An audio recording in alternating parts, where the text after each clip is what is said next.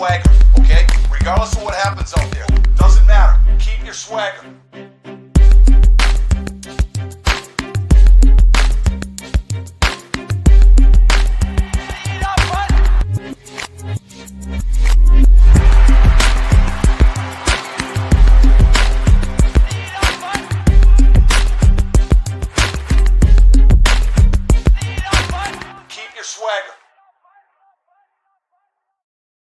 Hey, welcome into the Five-Hole Fantasy Hockey Podcast, the fantasy hockey podcast that appreciates each and every single one of you listeners and viewers who came along with us for the ride this season. It's been all over the place. It's been a great time. And, we're only here because of you guys. It'd be really awkward if we were just hanging around and talking, but it's much more enjoyable when we have people who actually we know listen to us. Before we get into the show, if you're not already, probably as good a time as any to get connected to our socials. The YouTube channel, subscribe. Who knows, what kind of post pre-season content we'll have going on. Jump in the Discord. I'm sure, Discord and follow us on Twitter/X. I'm sure it seems like I'm sure there will be some kind of playoff pool or something going on for real hockey playoffs. Probably the best place to learn about it. And actually, TJ made quite a small overhaul to the website there. FHFhockey.com.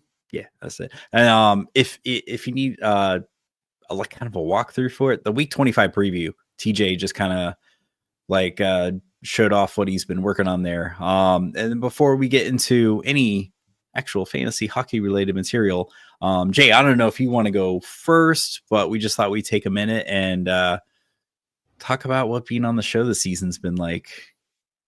Oh, geez, my goodness. It's been so awesome, honestly. So many names pop up in too, trying to think, oh man, just so many memories. Can't believe, honestly, it's gotten to April already. Where are my words? Where's the time gone? But it's been awesome. And I think with fantasy hockey and, seasons in general, there's always next season. And I guess rephrase for the champions, it's bask in it, sit in it, dwell in it, marinate. It's awesome. And for, everybody else, pull your winnings out of the ATM and just rub the germ-covered money all over your face, or however you celebrate. Benjamins, go for it. Them Benjamins, you earned it. You deserve it. Yeah. Yeah. So I just once again, it's sort of surreal to be here. I remember thinking after the last episode last season, I'm like, probably not doing this again. I've been personally working through some mental health stuff a little over a year now. So I wasn't sure if I wanted to come back, but TJ made some great campaign promises and delivered. Editing did not become a second job this season, which was great because I didn't get paid for it last season. And I disclosed it on the Discord earlier today, but having my mom pass earlier this year, I don't know, she didn't even know I was doing the show, but because I didn't think it made sense to tell her, it's anything we talk about is going to go right over her head. But I don't know. I feel like she would be really proud of me being here, doing this thing, probably telling me to tone down the language a little bit. But really this season, especially in the last couple months, this show's just sort of been my refuge. It's as soon as I, that intro stops, I just kind of click myself on, and I feel like I'm the best version of myself for at least an hour. It's been nice. And then I gotta thank. Lord knows we need you to counterbalance. If you're the best version, Lord knows I ain't the best version on the other side. We need some counterbalancing. And I gotta thank my wife for enabling me to just sort of make my own call. If I want to do the show, great. If I don't want to do the show, that's also great. But she's always turning on YouTube when the show comes on, so that way we always have at least one viewer. We got a lot more than one tonight so far, so awesome. But yeah, that's it. Let's get into some fantasy hockey stuff. So news around the league, probably a couple of really big ones, which seems weird to have at this late in the year. But Gabe Landeskog, on a conditioning stint to the Eagles. I didn't think we were gonna make it this far. But I mean, I wouldn't say run out, spend. Definitely don't. Oh my god, on the abs, like don't spend ad capital on this guy. Like, I think what we say Colorado's last game is Sunday. Don't. No, because I mean, what conditioning since usually 2-3 games, and even then, there's no guarantee he'll come back. I remember when Ben Bishop attempted his conditioning stint, one game, and he was like, "Nah, sorry guys, I'm hanging it up. I can't do it." But The probably, weird part is like, what in the world do the Avs need to play for, right? Like they went out. yeah. I don't think they. I Still mean, it'd be cast- huge if he comes back. Like outside of fantasy, it'd be huge for Right. them. I just don't, from a fantasy perspective, don't run out and pick him up. What was the injury, Alan? Like I'm trying to remember. It Oh was my god, was it something with his leg, a the knee? skate cut his quad, right? Like it was something like pretty Yeah, he hasn't gnarly. played, I think, since the 22 Cup final. Something like that. Yeah, it's the main one is this is a good setup for Colorado in real life. In fantasy, it would be I don't know. Maybe I don't next think season. I I don't mean, think depending on what kind of deployment he gets. Well, I mean, there's no risk. Let's be real, too. Down, it's St. Louis. St. Louis can't like they physically and like not physically, they mathematically cannot catch Colorado. So Colorado's safe there. But Colorado, I don't think can catch Dallas, even if Dallas lost all their games. And Dallas has a game in hand on Colorado still. So yeah, I don't. It's if anything, it'd be a nice little thing for the captain to play out and get some nice competitive hockey. Um, that's pretty much it. I don't know if that's any value in terms of fantasy. No, I don't. At least not this season, anyway. Yeah. So next one, pretty significant. There's been rumblings about it most of the season, but Ivan Demidov, fourth, I think it was fourth overall pick by the Montreal Canadiens, fifth overall pick, has been released from SKA St. Petersburg and the KHL, the Russian league, to come play for the Habs. He's already signed his ELC. I don't know exactly how it works, or if they just know they're going to play him at least 8 games and burn that first year. But that first year is going to be burnt. He was the top point scorer for St. Petersburg. Wait, hold on. Are you sure that's how it works, Alan, or does it? I don't know. One of those things where he like kind of. I don't know. He's only 19, so it's not like he's like 26 or something and coming in. Right. Because I'm like, is this a way to cheat the system to get the player in before they play? No, it's so because he'd still be a rookie next year, wouldn't he? Yeah, current geopolitical conditions, Russia's very, very tight on their players. So this is kind of a big deal that he got released to come play. The St. Petersburg's still going to hold his rights and everything, but apparently he's supposed to. Let me read this blurb from Elite Prospects here. Demidov is a dexterous, mechanically sound puck handler with the sort of fast twitch wrists necessary to bring his ideas to life. Every move serves a purpose, whether improving the quality of his look as a shooter or creating openings in the defense that he can exploit as a distributor. The same dexterity and touch that makes him so effective as a handler is every bit as present when he's ready to send the puck elsewhere. So it sounds like he's kind of a great Swiss Army knife player. Like he can score on his own and also a playmaker. But it sounds like they want him to play as soon as possible. And there's even, I saw in his contract, there is a $525,000 bonus if he is the Conn Smythe winner. I feel like that's kind of out there for a 19-year-old, but whatever. It's if it got him to play, whatever. I don't know, Jay. What if he does come in, make the team, whatever? What is it? Montreal's first game. They have a game Friday at Ottawa. I mean, what sort of deployment would make him interesting for you? They have 4 games left in this final Thursday to Thursday of the season. I'm so flabbergasted. This is not fantasy specific, but like this is an insane skew toward Demidov. Like if he gets 1 year of ELC down, so then he doesn't have to go through another year of ELC before he gets to his RFA contract. And then on top, he still gets all the bonuses, which supposedly when reading, like they said a comparable would have been Leonard. Frig, what was the guy? Leonard. Let's see. Really? Some dude called Ryan Leonard.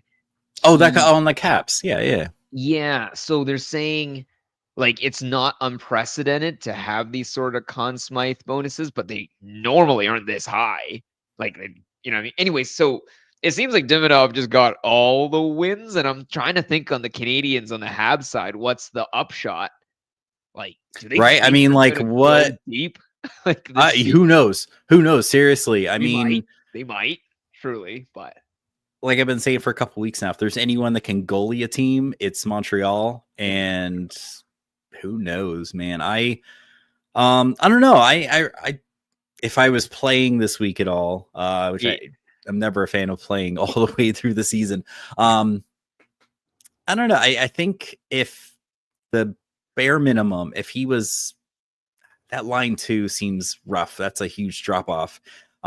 If he was line 1 power play 2, I would say that is probably kind of the bar to like, I would run, don't walk. He doesn't have a bad schedule. Montreal is all right. So for sure. Yeah, it's tough. I think the thing with 19-year-olds is oftentimes the success stories come out.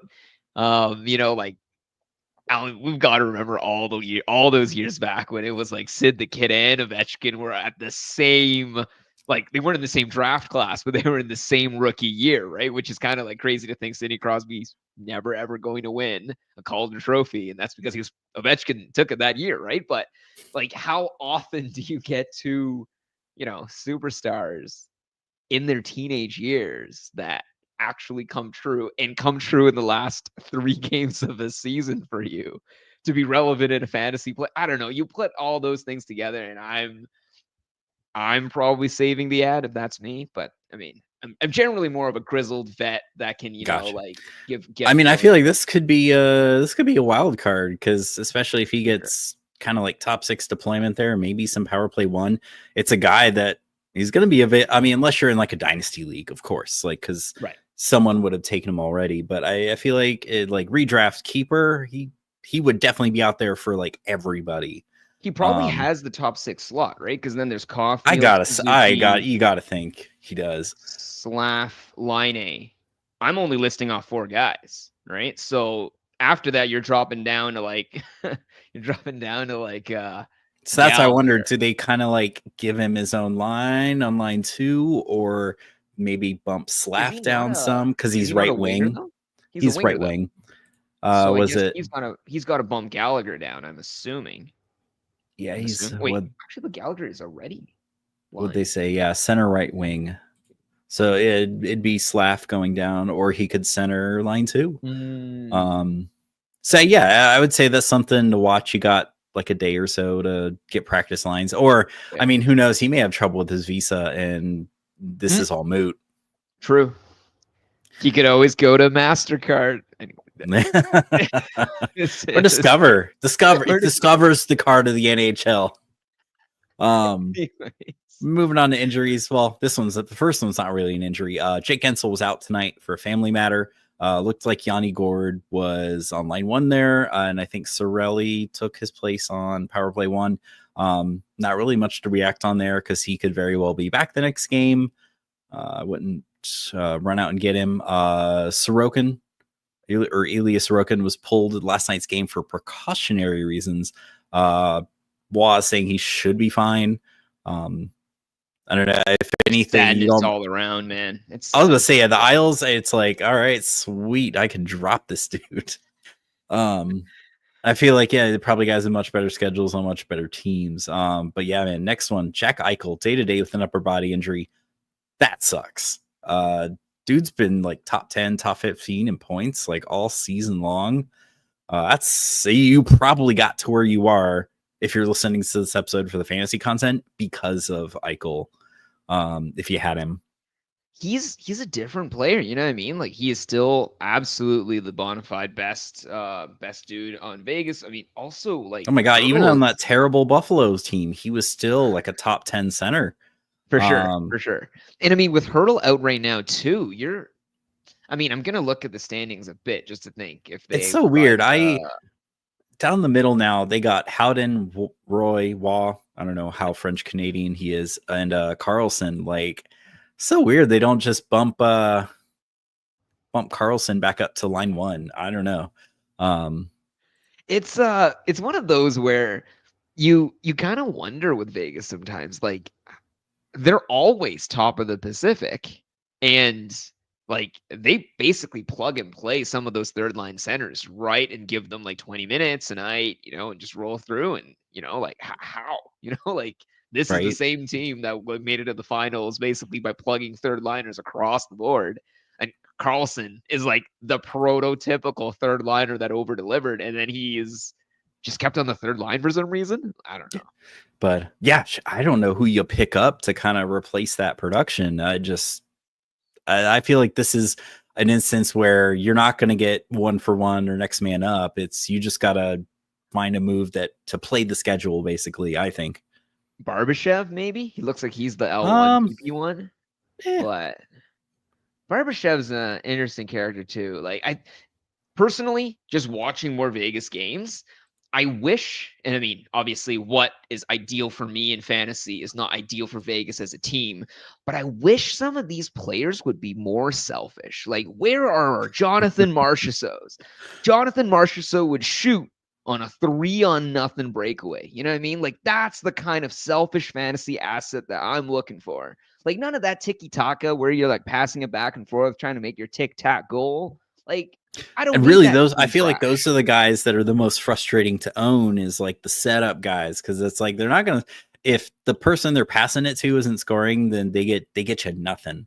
The worst is when it's like actually like a picture perfect, inch perfect pass, and the guy just whiffs the shot, and it's like this is the worst of all. Like I've won nothing in this exchange. Yeah, next up we got Brady Tkachuk still out. He didn't travel with the team. It looked like he was going to, but did not.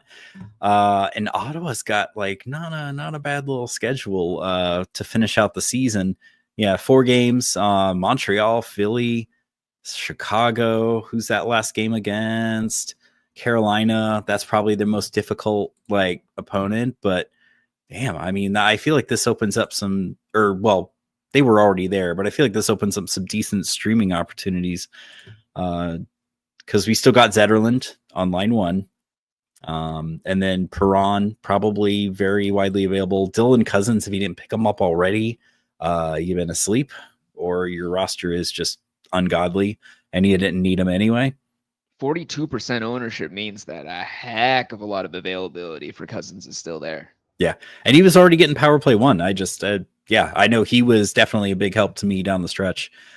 Picked him up as soon as I saw he got traded. Sam Bennett is the main beneficiary of Tkachuk's absence, I think, right? I'll say him and Pinto have kind of been lighting it up lately, and then they're their third line. It's weird. Next up, we got Sam Bennett, unlikely to play again in the regular season.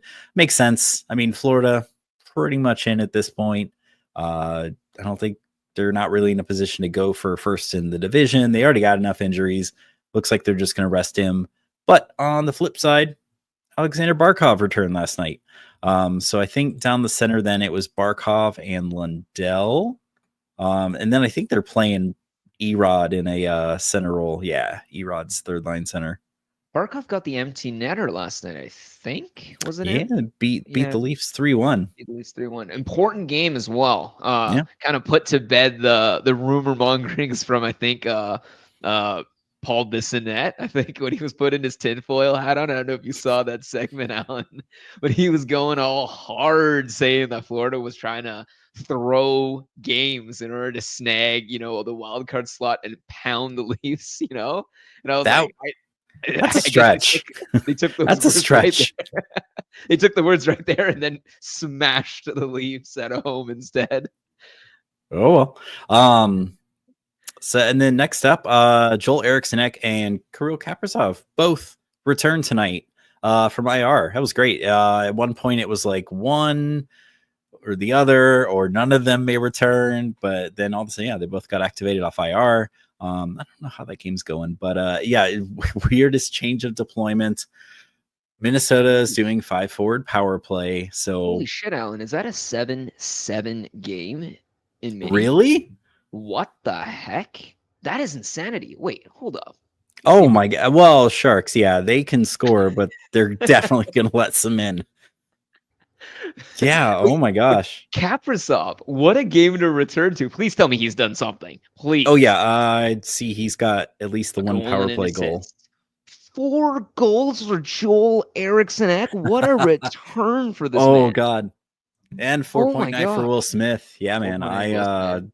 This is a good game if you had those Is this the Minnesota point? and San Is Jose this the players. point where we all say a silent prayer for Alexander Georgiev and Marc-Andre Fleury? I mean, if he is he still in?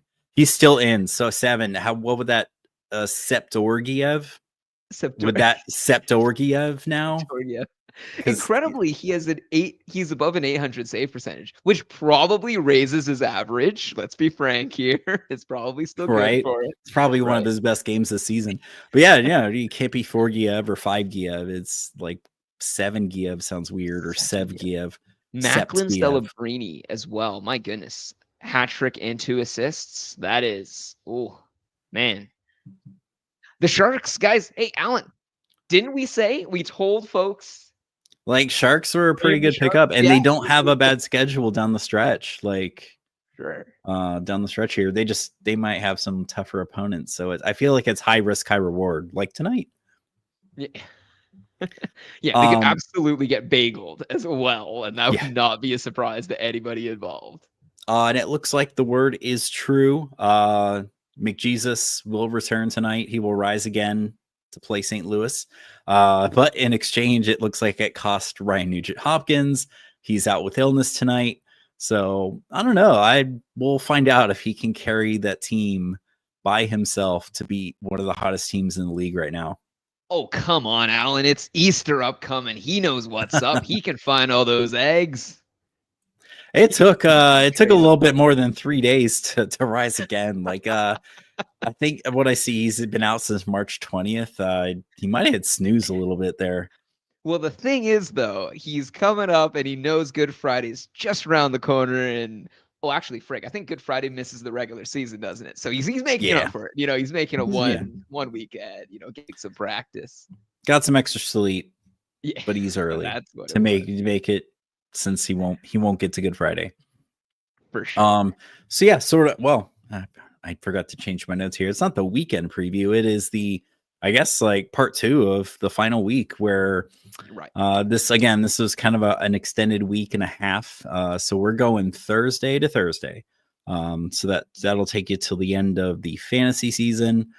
And then, man, everyone enjoy them playoffs. We got some good matchups coming. So rather than focus on like individual players, it's Circle said it's your season should be over preview. Yeah. Good God. It's so wild too, because I want to say it makes it fun, and to some degree playing to the very end of the season obviously keeps folks interested. But Alan, do you kind of feel like watching hockey with fantasy hockey involved changes the way you watch hockey? Oh, it absolutely does. And you can ask my wife. Like, I will like stomp and scream about like, no, like coach didn't touch that, or like that was my goalie that got scored on. And it's crazy because there are moments when I'm seeing like, Brady scores against the Leafs and I'm like, oh, like I'm not supposed to cheer, but like I do have him in fantasy, and you kind of like check the scores real quick and you like silently fist pump that he got involved in the goals. And it's like, it's a weird one, but the final week when nothing's involved and you actually get to watch hockey for hockey's sake, Alan, I don't know. It's kind of like a throwback to childhood. It's kind of nice. And it's like a buddy of mine says, like, real hockey doesn't start till February. So this is like almost best of the best. Playoff hockey is like its own sport, and I love it. Sure. But I yeah, agree with so you, Circler. I yeah, agree with Circler's you saying, entirely. yeah, it is not a good idea to be playing. Oh, when your first round draft picks are getting benched. Yeah, good God. And I think I saw that like they don't plan to bench Ovi. They just want him to keep pumping. He's gonna try to get to 900's pretty much a given, but I don't like. Right, Do we because I see think the he's got one 1,000? more season on his deal. But yeah, I think it was 32 thoughts where they kind of threw out there like, does he try to go for 1,000? I mean, he'd probably have to play a 2-3 more seasons? years. Yeah, 3 more seasons. Yeah, I think it's doable. He's got to keep chugging down those Diet Cokes. was it? Oh my God, Diet Oh, Coke and hot was it root Cheetos. beer? Yeah, something that was insane. Just like, and it's crazy to compare him against like Sidney Crosby, right? Where doesn't Sidney Crosby? He's basically the guy that looks like he'd create his own food show. Right afterwards, he's like that guy. And then you got McKinnon, Soy Boy, like just like these guys that are taking care of their bodies like pristine oil run machines. And it's like, what do you pour down yours? I just guzzle it down with a jumbo Coke and get on the ice and burn them calories. Like, right, it spit in the face of modern sports medicine. he is it's like, the was modern it like sport. even Wayne Gretzky? Didn't he pound down like hamburgers or hot dogs or something?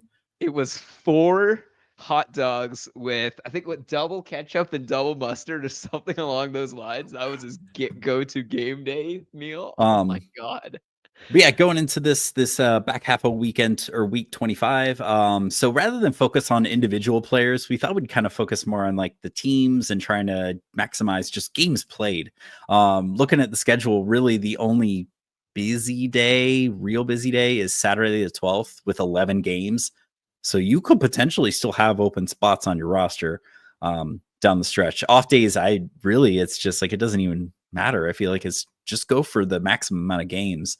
But yeah, Jay and I would say the ideal one going forward would be if you could line up and chain up like back to backs, like for example, when you have a team like even just looking coming up, right? If you get a team like Buffalo, you get a team like the Avs or Columbus, right? Like where they chain up 3 games in 4 nights, those Avs especially would be incredible where you get them and they play on the 13th, and it's going to look weird on the waiver wires, but you should see McKinnon's, you should see McCarr's, you should see all those guys because they don't play no more games, right? In a redraft league, they're out, fresh lineups, all that jazz. Yeah, I'd say that's perfect. Like you said, I mean, some really good examples of that. Down the bottom here. There are some teams whose last game is the 15th, so you still have 2 days of games. Maybe take those guys on like Minnesota, Seattle, St. Louis, Chicago, Florida, Utah. Drop them after the 15th, and then just pick up guys on Carolina and Detroit who have a back-to-back to finish the season. Probably just more of a personal recommendation for me, but I think maybe, or Colorado definitely after Sunday because they have no more games. Unless you're in like a redraft or not a redraft, like a keeper or dynasty. Right. Don't drop Nathan McKinnon in your keeper league after Sunday. Like, please don't do that. But stuff like that, where it's like, if you're in a redraft league and nothing matters at that point, yeah, drop Nathan McKinnon, drop Cale Makar after that Sunday game. And even then Mackenzie Blackwood, he saved your season in the crease, and now he's going out like a car lease, And I would say even Pittsburgh's droppable after Sunday because they do have one game on like the final day of the season, but you could use that slot to pick up 3, 4, 5 games. Sure. Oh, Joel, by the way, I use the mic that I use is I think it's the ATR 2100X. I don't know what, I literally just Googled cheap mic and pretty much that rolled around with it. But yeah, I'd say like probably the schedule winners. You got Detroit with 5 games, and again, off nights really don't matter, but they do have 4 off nights. A lot of those guys are going to be available, Jay, but I mean, other than like maybe Patrick Kane, unless someone dropped someone, there's not really anyone there I'm super interested in from a skater perspective. Edmonton, we know we just talked about them. They got 4 games. 2 of them are against San Jose. So as we saw tonight, there's plenty of opportunity to score. And if you only have like one of like Nuge, McJesus or Dry, like there's plenty of guys you can stream. Ottawa, we kind of talked about earlier. 4 games. Their opponents are great. Montreal, Philly, Chicago, Carolina, Washington, also another 5-game team. Pretty good schedule too. So Carolina and then Columbus twice, New York Islanders, and then Pittsburgh to finish out the season. By the way, any folks following Kaprizov? Yeah, he got the 8-7 game winning goal. So was that? No, that's three points, but like 2 goals, 1 points. assist, right? Yeah, 9 shots. Dude came back with a vengeance. Wow. All in 19 minutes of play, and it's like, I hope to God it was relevant for some of you in like a finals week or I would something. say, yeah, hopefully those people who traded for him have a week 25 to play, because good God, yeah, that's a game changer right there. It's almost worse if you're like finals finished right before that he did come back, because you can see exactly what you missed. You know what I mean? It's like your ex that like not only got like you know, like they made it big. They made it big after breaking up with you, and you're like, oh wow, and you're just pressed against on the other side of the museum glass. Yeah, a couple of those games are really good too, because you got Calgary, Vancouver, Anaheim to finish out the season. That's I know. Ouch. Just 3 games. 3 games of Korea. And even Jeek, if he can keep that up, that's insane. Craziness. But yeah, teams with not so great schedules. First up, St. Louis, as hot as they've been, man. That 2 games left. They have Seattle on Saturday and then Utah on Tuesday. After that, you can drop them, pick up another game, and then Pittsburgh. They are doing so well, though. My goodness. It's insane. Their win streak broke, though. Their win streak broke. I think it was 11 or 12 games. It was a new franchise record. For sure. They're still up right now against Edmonton, but I mean, what a 180 from that team. Who are they slated to face again? Like they're trying to see. Like, is it Dallas? Is that no, not Dallas. Is it Winnipeg? Man, this is they in a wild card. Getting me embarrassed year over. Oh, let's see. So they're in a wild card. They're wild card 2. They're wild card 2, and Winnipeg. It's got to be Winnipeg. Yeah. Okay. Oh no, sorry. Well, Minnesota won tonight too, so I guess it does depend on which of the. Well, they're wild card 2 now. Assuming this app updated correctly, they'd be wild card 2. So yeah, it'd probably be the Jets. The Jets, yeah, but they have the same number of points as St. Louis, basically. Oh, sorry, not St. Louis, as Minnesota. So Minnie and St. Louis have the same number of Minnesota points. Minnesota has looks like the tiebreaker. Oh, got you, yeah. Wow. Yeah, either way, after Tuesday, that's it. I mean, Rob Tom, Kyrou, whoever, drop them. Pittsburgh only has 1 game after Sunday against the Caps on Thursday. Again, I would say drop, unless you think I'm crazy, drop them after Sunday and then use that slot to grab like 3-4 games. And wasn't Crosby out for a bit? So like even the one guy that would give like, I guess like I don't know, like credence, so to speak. Oh, I was about to say, yeah, Crosby. That's a drop, because I mean, hopefully at this point, depending on if your ads reset or not, like why would you pick Crosby up for that one game of Crosby versus like you could get 3-4 games out of someone like you grab someone on the Kings. Good God, like what was their schedule again? They've played 3 games out of the 4 last games. They have 5 games. You grab like a Kuzmenko. For sure. I'm sure he is super widely available. Yeah, I mean, the other one too is like remember to drop the guys that anchor Crosby as well, right? What was his Raquel? Rust. McGroarty, it looks like is injured. He's gone. Right. Yeah, it's kind of, I mean, this whole team was like drafted everywhere across the board, right? Like you had Carlson, remember? Get rid of that guy too. Letang. Yeah, like tons of these guys have crazy ownership, right? 99, 91, 72, 71. Like all these ownerships should basically plummet to zero if people are still Right. focused on playing. And again, just because someone out there might say someone is like 80%, don't just go check. Just go check. Like you never know who got dropped along the way. Yeah, in like the 5-hole listener league, like I was able to pick up Slavkovsky, Monahan, like right as he came back. Like just check, see who's out there. You never know who got dropped along the way. And this is do or die time. If this is your final that you shouldn't be playing anyway, because you should have finished last week. Yeah, do or die time in a redraft league. Like you drop everyone. Ruthlessness will help you. Soy boy McKinnon, you gone. And your vegetable buddy Kale. Man, it would be lovely if they ended up with, I don't know, drafting some dude from like Toronto that's like broccoli or cauliflower or something, and just roll it off, like incredible. It's like, you know what? Some of these names I see kids with, and it wouldn't surprise me. Wouldn't surprise me. I mean, didn't Jennifer Gardner name her daughter like Apple or something? I don't know. How did I miss all these? Oh my goodness. That was also like 20 years ago.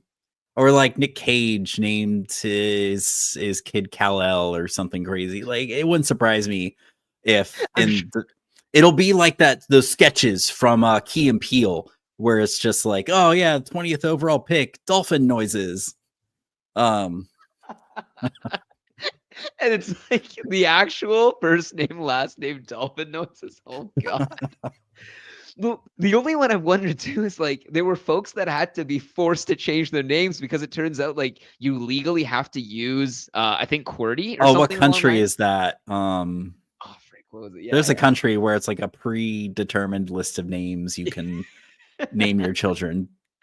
So what happens? You do like a 15-year-old like submits his like suggested list, like a wedding song playlist or something. Like, hey, does this get approved? Anywho, my goodness. Do you have anything, Jay? Like, I feel like this is pretty open shut. It's just sort of like, look who's got the most games left, and just try to increase your game count, which I feel like is your avenue there. Yeah, like for me, the main one would be more so about chains, right? So, like for example, coming up into tomorrow, right? Once it hits Thursday, then you want a team that's got like a back-to-back, or like a team that's got like a 3 out of 4. Because right now, I'm assuming if anyone's still playing at this point, it's more so about leveraging existing players and I guess almost, what's the phrase? I guess parlaying existing games into additional games instead of making it so that, oh, this guy's got a better schedule, I'm going to snag this guy. But what if you already had 4 games in your hand and you're like, getting 4 more optimized games? That doesn't really help you. But if you had 3 games going, and you could pilot them away and then get another 2 chained up games, you got an additional game. And you didn't have to burn like, any existing games that you got. So kind of suckily, if you're looking around, like the Caps would kind of be an interesting team for me, because in the coming time, they have, it's all in heavy nights, but they'll have 3 games in the next 4 days. Again, like heavy nights, it's what are they like? Thursday the 10th has 10 games, Saturday is 11, Tuesday the 15th is 10. It's right. They're quote heavy, but you could probably find some guys to stream in for sure. And I think you hit the nail on the head too, Alan, with like LA, with Detroit. You kind of need them at this point, because if you're looking to make up games played, if you don't have Detroit or you don't have LA, like they're the only teams left, I think, that play 5 games, right? So actually, well, let me see. So I thought there were some more: Buffalo, Carolina, Columbus, New York Islanders. Check. I don't think there's a couple. Does. It's difficult. It's difficult to know unless you're actually like looking at that specific team. There's no juicy Thursday, Friday, Sunday, like all that jazz that we used to talk about throughout the year. Like none of those exist. So I'll say, it's just maximize your games played. Yeah. The off nights really aren't that, or on nights really aren't that heavy. I was trying to check as well for like, let's say a team like the Caps. I guess the other problem is like And they're playing well, I week mean, to week. with Protoss being week to week, that does open up something for someone For that's sure. probably available. I guess one other thing, maybe this is the end one, and it's just like I guess the strategies we would try as well. I guess like just to mention for listeners, go to your standings, right? Like go to your standings and look for teams that play for nothing and look for teams that play for something. Generally speaking, weirdly, you I would would say think. I feel like Ottawa and Montreal are the perfect examples of teams that are like they got that killer edge right now. They're trying to make and then keep like those playoff spots. Or even I would say like actually this year is not as desperate as previous years where like No, I one feel like game it can looked flip like it for it. the longest time, and then just all of a sudden, Now some there's quite people a bit of collapsed, separation. and yeah, Yeah. But for example, I would say if you were looking for teams between like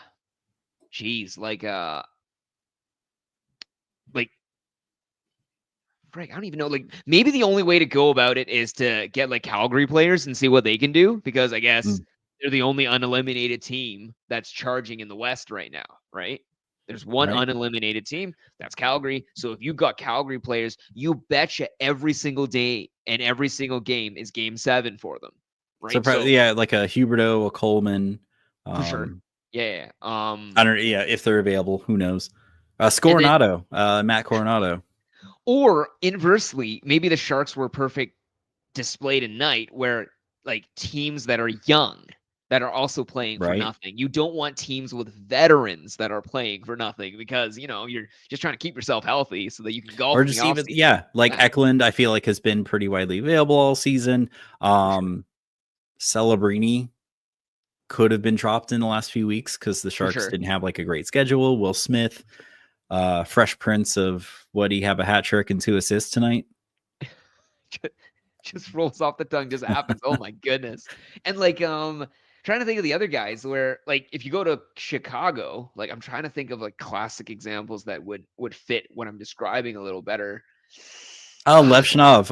It looks like he's I'm still there. I don't know if they're gonna burn that ELC or not. Yeah. But I mean, they're really not playing for anything. So Alan, who the heck is Sam Renzel? They said he's the what? D1 PP1 that's Oh, getting what? But maybe a guy like that, right? Like Sam Renzel never okay. But he says he is now the 20-year-old power play quarterback. So like weird. the fact that they're giving these kinds of players these sorts of things, like, check to see what Chicago's doing. Break. Okay. Yeah, I mean, the guys like that are a lottery ticket. I mean, you got to be careful though, because they could ride the press box or they could get 20 minutes with the team's best players. You never know. Game to game, back to back. It just it just happens. But yeah, like or even Alex Vlasic, right? Like inversely, I would probably not go for like a Tyler Bertuzzi, right? He got the bag. He is playing not really to do anything this season, right? He's kind of just, making sure he doesn't get hurt. And then that's kind of writing it off, right? So I think targeting specific players that are younger, that are hungrier, or maybe not younger, but yeah, hungry players and the facets in which they would be hungry, I think would be the way I would target if you were making that sort of like, like final decision between two guys. Frank, I'm trying to give an example to the listeners to try to think of one, but like, yeah, just if I was to think of an immediate example off the head, some guy like Larkin right now would be very hungry at present because they're still technically alive. Yeah. But like if they lose the next one, I think like you could I think that's it. yeah. And like there would really be no incentive, like truthfully, no incentive to a veteran to try to gut it out and grind it out. What happened to McDavid all those seasons back, right? That last game of the season where they were playing for nothing and he smashed his knee in, and that was 180 days of intense therapy. No veteran plays the way McDavid did like that because no one wants that situation to happen. So, yeah, get the young guys that don't think like that yet, and because you want that kind of production on your team. And I mean, I don't know about chasing like individual goalie streams or anything like that, but I mean, maybe like TJ said on the week preview, keep an eye out. Maybe Mrazek comes back. Otherwise, Talbot probably the 1A. Columbus does have a good amount of games, but I wouldn't recommend either of those guys. But Riddick in LA, I could see a path where he gets like 2, maybe 3 starts this week, because they have a back-to-back, and then they do have a couple of maybe easier opponents in Anaheim and Calgary. I would imagine too, and Alan, like you could correct me if I'm wrong, but like, do you foresee Johansson getting a few more starts with, in like Tampa? So we're not totally eliminated from first in the division. Tonight didn't help. Fuck you, Matthew Nyes. But I don't know. I think we kind of keep trying for first in the division. So I don't think we play JoJo. I'm just thinking, like, because right now they literally have that exact schedule where I could see him riding the pine for the rest of, like, it, like, because it's just a one night each. But I'm like, but does that seem to be the play for a goalie that literally just got back surgery 2 seasons ago? No, I think and he's I was just reading today, he's been like the best goalie since the new year started, 2025. Sure. But I think if we lose our shot at first in the division, we probably give Vazzy a game or 2 of rest. I know he has that compete to him where he doesn't like to sit, but yeah, if we're gonna ride him throughout the playoffs, like it's however long that might last, yeah, you got to think like he gets a game or 2 of rest if we can't clinch first. I cannot believe how nobody talks about Tampa. It might be one of those Florida team like. It's because we're not a real hockey town. Come on, we got palm trees and no taxes. But like, you look at this team, Alan, and I'm like, am I missing something? Like, I'm seeing. Oh, and it's awesome. 2, like Bjorkstrand's starting to click. Like Gord has kind of proven he can be kind of anywhere in the lineup, which I wasn't a big fan of that trade at first, but Gord is kind of, I would say both those guys were worth for 2 firsts. Alan, how many teams have 720 goal scorers on their roster? I know, right? I loved it in the beginning of the season when Winnipeg was like, yeah, man, we got 320 goal scorers. Oh, that's like, cute. Okay, cool. And it's like, you look at that and you go, nobody talks about this team at all. And the fact that this team, like, okay, let's say they win the division, right? If they win the division, then they escape that Toronto, Florida bloodbath. Well, and that's what, even look at the Art Ross race between Kucherov and McKinnon. Like, I think there's like a point between them, and then McKinnon has played 6 more games because Kuch was out for a minute. Oh my God! I mean, they're tied right now, and it does seem as though Tampa's got 1 more game in hand, right? So yeah, I think. Ooh. I know it's gonna be interesting. It's gonna be interesting for sure. Unless Dry comes back, then it gets real interesting. But I forget how far back he is. Back? No. I mean, do they have any advantage to keeping him on the IR plus or the IL? The IR? Draisaitl? I don't. Who can they keep on? I don't think they can. Do they? They don't get any guy that they can add from this point. I don't believe. I saw that Vander Kane was skating, but I don't think he's like in any sort of condition to come back yet. But that is not a 1-for-1 with Dry. No, he's definitely a body, but I don't think he's got the scoring touch. Not quite. I don't know, Alan. Anyone that doesn't give their proper due to Tampa, I think if they're looking at goalies even in the East right now too, like it's like who else can compete really? I don't know. This team is real dangerous. I hope the Leafs escape them round 1. My God. Me too. I also don't want to play Florida, but it is what it is. Yeah, we think that's it. Let's say we're good. Wrap it. Let's wrap it. All right. That is gonna wrap it for tonight. DM us on Twitter, hang out in the Discord. It does sound like TJ is cooking up some Dynasty content here shortly. But we'll be back eventually. I'm sure in some combination of us with some kind of post/preseason content. Good night, Seattle. It has been so awesome talking hockey with everyone this season. Oh my goodness, I hope y'all won. If not, there's always next season. We will. Thank you all later.